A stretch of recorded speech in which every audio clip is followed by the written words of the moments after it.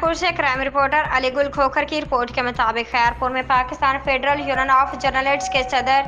GM Jamali, secretary general Rana Mohammad Azeem और हसन अब्बास की call पर खैरपुर यूनियन ऑफ जर्नलिस्ट्स के ज़ेर एहतमाम सक्कर के सहाफ़ी शहीद जान मोहम्मद मेहर के कातिलों और उनके सहूलतकारों, रानीपुर के रहायशी खैरपुर के सहाफ़ी बशीर अहमद राजपूत को संगीन नताइज भुगतने की धमकियाँ देने और हमला और अहमदीन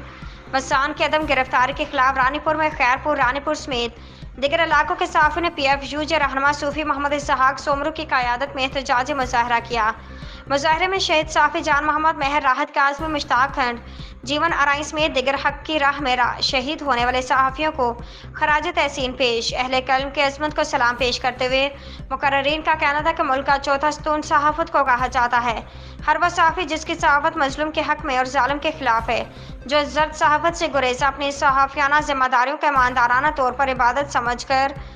हकीकी सहाफ़ी के तौर पर सर अंजाम दे रहा है, ऐसे निडर और गैरतमंद सहाफ़ी को कलमा हक बुलंद करने की पादाश में झूठे मुकदमात में फंसाने, इलाके के बासर अफराद की एमा पर हरासा करने और उनकी जान से खेलने का अमल जारी है।